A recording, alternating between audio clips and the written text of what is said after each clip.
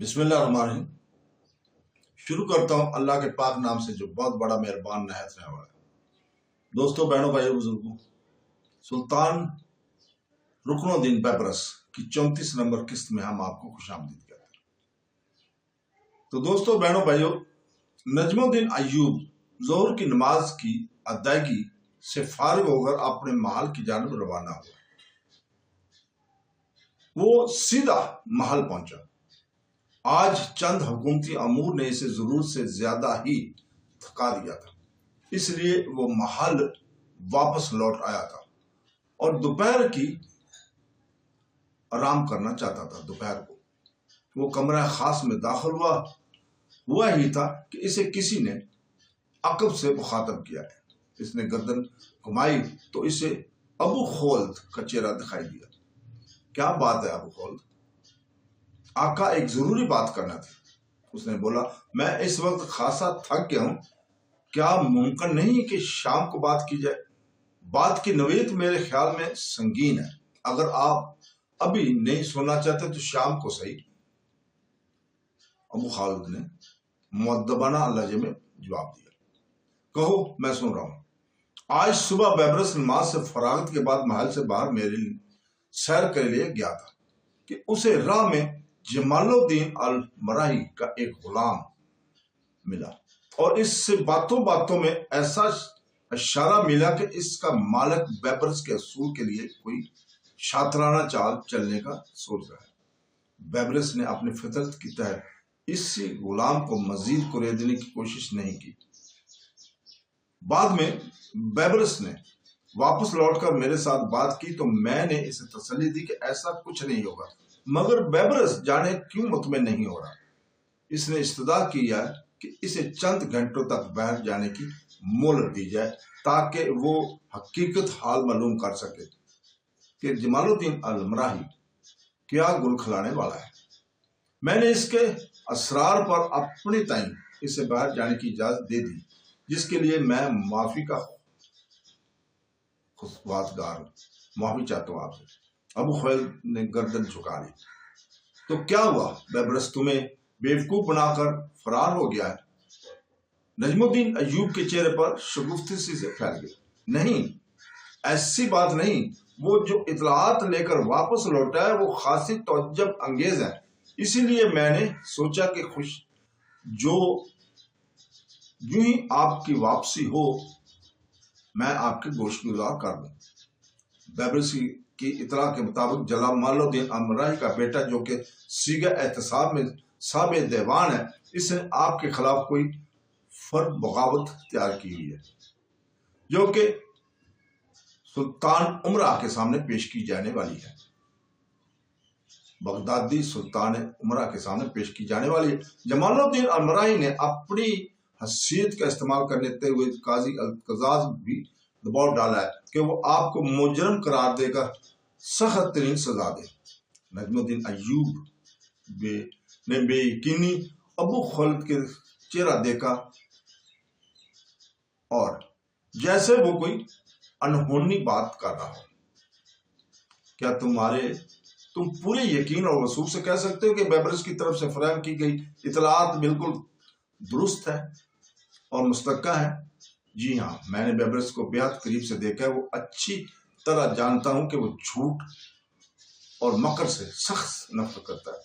ٹھیک ہے، میں اپنے تئیں بھی اس بارے میں چھان بین کراؤں گا۔ اگر ایسا کچھ ہے تو پھر اس کے مطابق فیصلہ کیا جائے گا۔ ویسے مجھے حیرت ہے کہ اتنی کھچڑی پک رہی ہے اور میرے مخبر ابھی تک بے خبر ہے۔ میرے خیال میں بیبرس کو ضرور کوئی غلط فہمی ہوگی۔ دوسرا قاضی القضاء تک اگر یہ بات پہنچ چکی ہوتی تو وہ کب کا مجھے آگاہ کر چکے ہوتے۔ نجم الدین ایوب کو جہاں یہ بات سن کر سخت حیرت ہوئی تھی، وہیں وہ گم گوئی حالت کا شکار بھی تھا۔ بیبرس کی اطلاع پر یوں یقین کر لینا شاید اس کے بس میں نہیں تھا۔ اسی لمحے دوسرے غلام نے اندر آنے کی اجازت طلب کی۔ نجم الدین ایوب نے ابو خالد کی جانب دیکھا تو وہ اس کا مفہوم سمجھ گیا۔ وہ تیزی سے اس کی جانب بڑھا۔ کیا بات ہے؟ تمہیں معلوم نہیں کہ آقا اس وقت آرام کرنا چاہتے ہیں؟ ابو خالد نے تیز لہجے میں کہا۔ قاضی کی جانب سے قاضی کوئی پیغام لایا تو وہ فوراً آقا سے ملاقات کا خواہش مند ہے۔ میں نے اس سے دوبارہ آنے کا کہا تو اس نے ابھی ملنے کا اصرار کیا تو میں چلا آیا۔ اچھا اسے مہمان خانے میں بٹھاؤ۔ ابو خلد اسے ہدایت دینے کے بعد نجم الدین ایوب کی جانب بڑھا اور قاصد کی آمد اور فوری ملاقات کی خواہش سے باخبر کیا۔ نجم الدین ایوب قاضی القاداز کی جانب سے پیغام کی خبر پا کر گہری سوچ میں پڑ گیا تھا۔ اس نے مہمان خانے کا رخ کیا۔ مہمان خانے میں ایک نوجوان شخص موجود تھا جو کہ اس کے داخل ہونے پر اٹھ کر کھڑا ہو گیا۔ سلام دعا کے بعد نجم الدین نے اس سے آمد کی وجہ طلب کی تو اس نے ایک سنہرے کاغذ کے مراسلے اس کی جانب بڑھا دیا۔ نجم الدین ایوب نے کاغذ کی تہ کھولی اور پیغام پڑھنے لگا۔ نجم الدین ایوب، السلام علیکم۔ مجھے آج صبح بے حد حیرت کا سامنا ہو جب تمہارے مراسلے کی تکمیل کے لیے میں نے دور قاری جمال الدین المراہی کے گھر روانہ کیے تھے۔ قاری جمال الدین امراہی کے گھر روانہ کیے تھے۔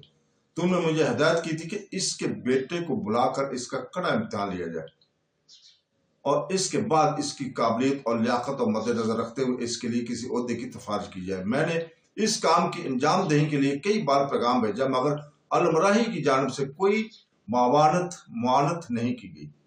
بہانہ بازی سے کام لیا گیا ہے، جس پر میں نے آج خصوصاً اپنے مخبروں کو ہدایت کی کہ وہ معاملے کی اصلیت سامنے لائیں۔ انہوں نے جو خبر یہاں پہنچائی ہے وہ بیحد حیرت انگیز ہے۔ المراہی کے جس بیٹے کے لیے تم نے مراسلہ بھیجا تھا وہ صیغہ احتساب میں صاحب دیوان ہے۔ اسے صاحب دیوان کس کے حکم سے بنایا گیا مجھے علم نہیں ہو سکا، اسی لیے فوری طور پر تمہیں ہدایت کی جاتی ہے کہ معاملے کی تحقیق کر کے دفتر القضاء کو باخبر کر دو۔ قاضی القضاء نجم الدین ایوب تعجب سے مراسلے کو پڑھ رہا تھا۔ جمال الدین المراہی کو اتنا بڑا اختیار کس نے دے دیا کہ وہ براہ راست صیغہ احتساب پر اثر انداز ہو سکے؟ اگر ایسا تھا تو بیبرس کی اطلاع بالکل درست ہو سکتی تھی۔ کیوں؟ کیونکہ نائسا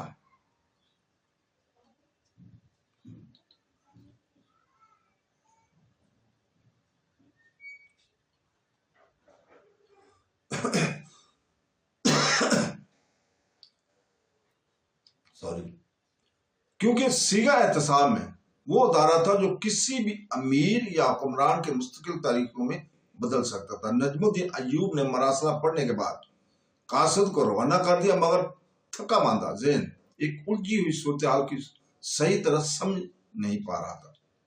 تو دوستو اس کے ساتھ ہی آج ہم اجازت چاہتے ہیں کل تک کے لیے۔ کل انشاءاللہ تعالیٰ ہم قصہ نمبر 35 آپ کے سامنے لے کر آئیں گے۔ اللہ حافظ۔